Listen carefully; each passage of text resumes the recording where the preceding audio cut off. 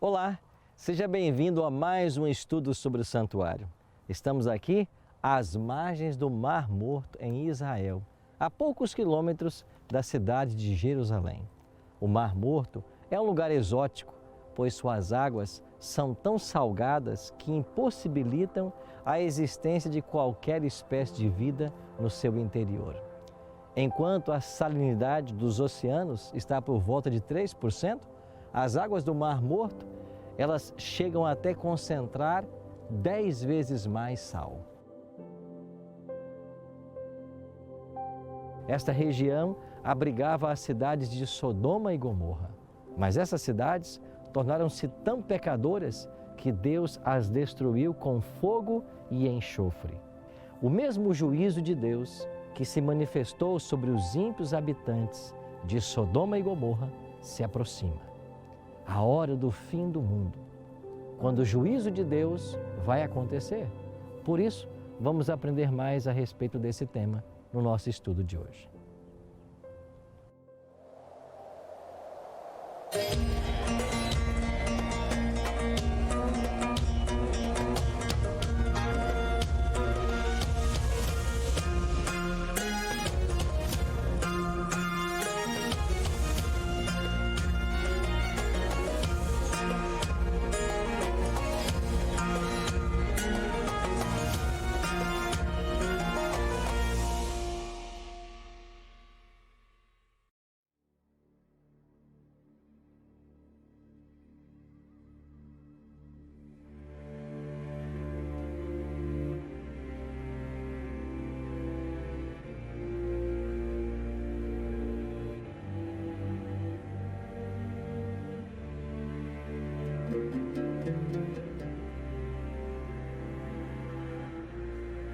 No ritual do dia da expiação, no santuário terrestre, quando o sacerdote fazia a purificação e apagava todos os pecados, nós temos uma referência à primeira fase do juízo divino, o juízo investigativo. No ato de se levar o bode emissário ou Azazel até o deserto, nós temos uma referência à prisão de Satanás por 1000 anos, de acordo com o livro do Apocalipse. E como o bode Azazel morria no deserto, nós temos uma referência à terceira fase do juízo, o executivo ou final, quando finalmente Satanás será destruído. Então a segunda e a terceira fase do juízo divino transcorrem num período chamado milênio ou 1000 anos. Hoje vamos aprender mais sobre ele e descobrir quais os eventos que ocorrem no início, durante e depois desse período.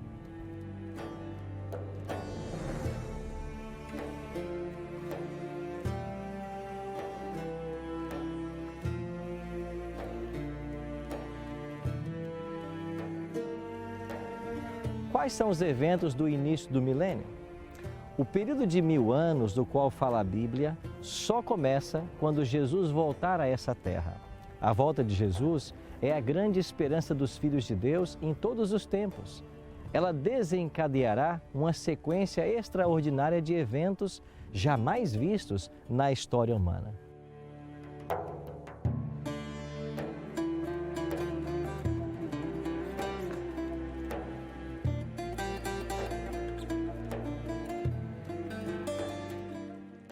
O primeiro deles será a glorificação dos salvos. Todos os salvos que estiverem vivos serão transformados, glorificados, num instante. Paulo escreveu em 1 Coríntios 15, 51 a 53. Eis que vos digo um mistério, nem todos dormiremos, mas transformados seremos todos. No momento, num abrir e fechar de olhos, ao ressoar da última trombeta, a trombeta soará, os mortos ressuscitarão incorruptíveis e nós seremos transformados. Porque é necessário que esse corpo corruptível se revista da incorruptibilidade e que o corpo mortal se revista da imortalidade. Sim, finalmente os salvos serão imortais, pois eles receberão das mãos do próprio Cristo o dom da vida eterna.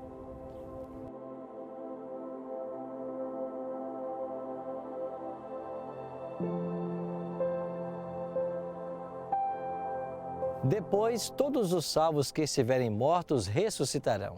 Apocalipse 20, verso 6 declara: bem-aventurado e santo é aquele que tem parte na primeira ressurreição. Sobre estes, a segunda morte não tem autoridade. Pelo contrário, serão sacerdotes de Deus e de Cristo e reinarão com Ele 1000 anos. Feliz, escreveu João, é quem tem parte na primeira ressurreição, pois nem mesmo a morte o poderá prender.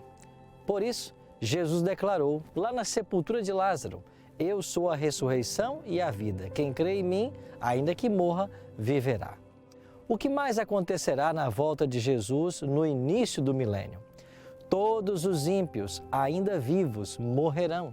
O livro do Apocalipse, falando da volta de Jesus e do desespero dos ímpios nesse momento, assim diz: o céu recolheu-se como um pergaminho quando se enrola. Então todos os montes e ilhas foram movidos do seu lugar.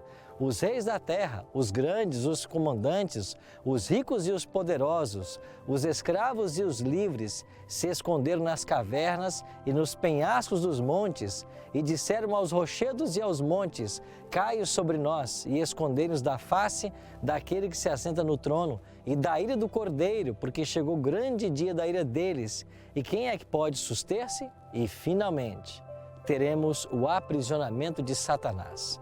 Apocalipse 20, 1 e 2 diz: vi descer então do céu um anjo que tinha uma chave do abismo e uma grande corrente.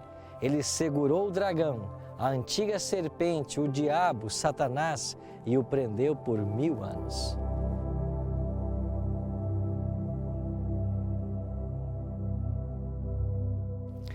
Pare um instante. Queria trazer novamente à sua memória as cenas do dia da expiação em Israel. Nós temos dito aqui que os eventos do dia da expiação ilustram 3 fases do juízo divino. Depois que o processo de limpeza e perdão se achava completo, terminada a expiação, diz Levítico 16, 20, começava o ritual que envolvia o bode emissário ou Azazel. Ensinamos aqui que ele simboliza Satanás. Colocando as mãos sobre a cabeça do bode, o sumo sacerdote confessava todas as iniquidades dos filhos de Israel, todas as suas transgressões e todos os seus pecados. Em seguida, o bode era levado para o deserto, para a terra solitária. É importante enfatizar que não é Satanás quem efetua a purificação dos pecados dos crentes. Cristo realizou essa obra por completo na cruz e durante os 1000 anos, Satanás será responsabilizado por todos os pecados que ele levou os santos a praticarem. Quais os eventos que terão lugar durante o milênio? Os justos estarão reinando com Cristo no céu. Jesus prometeu à igreja de Laodiceia, em Apocalipse 3, 21. Ao vencedor, dar-lhe-ei sentar-se comigo no meu trono, assim como eu venci e me assentei no trono com meu Pai. Outro evento será a segunda fase do juízo de Deus, o juízo comprobatório. Esse é o juízo dos ímpios. Não quer dizer que eles tenham ainda uma chance de salvação, mas esse julgamento acontece para mostrar a justiça e a misericórdia divina. Esse julgamento acontece para deixar claro perante o universo que Deus salvou a estes e não aqueles, porque eles não desejaram. Cristo morreu na cruz para salvar a todos, mas nem todos desejam ser salvos.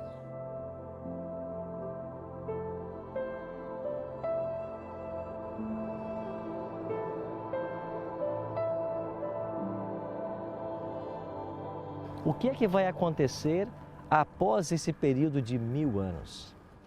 A Nova Jerusalém, ela vai descer à terra. Os ímpios mortos ressuscitarão.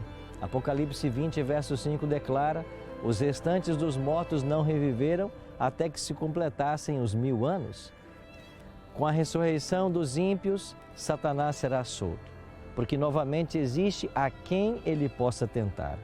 Ele vai apresentar seu último engano. O livro do Apocalipse nos ensina que ele sairá a seduzir as nações que há nos 4 cantos da terra, Gog e Magog. a fim de reuni-las para a peleja, e o número destes é como a areia do mar. Eles serão convencidos de que, pela força, poderão tomar a cidade santa, que desceu dos céus. Mas quando tentarem marchar pela superfície da terra para assaltar a cidade, fogo vai descer dos céus e acontecerá o juízo final. Essa é a destruição final de Satanás, dos anjos maus e de todos os ímpios. É o esmagar da cabeça da serpente prometida a Adão e Eva no jardim. Mas ouça com atenção, João indica que quando os inimigos de Deus tiverem cercado a Nova Jerusalém e se acharem prontos para o ataque, Deus estabelecerá o seu grande trono branco.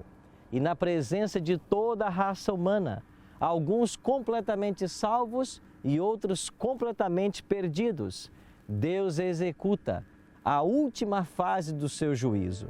Deus pronuncia a sentença de condenação e, pronunciado o veredicto, os maus receberão a punição devida. Eles sofrerão a morte eterna. Desce fogo dos céus e os consome para sempre. Satanás e seus anjos e os seres humanos maldosos e cruéis. Deus executará seu ato estranho, de acordo com Isaías 28, 21, a destruição final de todos os ímpios. O mesmo fogo que destruirá os ímpios purificará esse planeta e será este planeta a eterna morada dos salvos.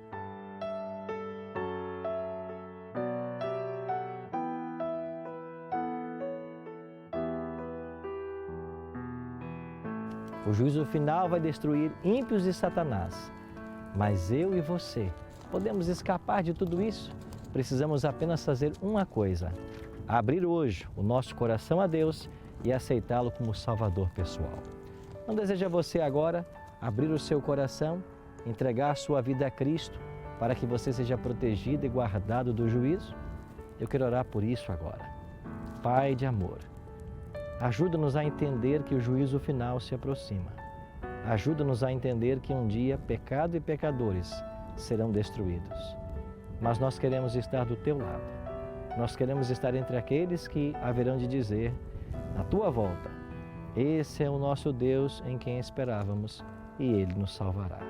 Por isso hoje, aceita a nossa entrega e o fazemos em nome de Jesus. Amém. Hoje estudamos um pouco sobre o juízo final. No nosso próximo encontro, vamos continuar aprendendo sobre o santuário e as verdades relacionadas a ele. Até lá, que Deus te abençoe.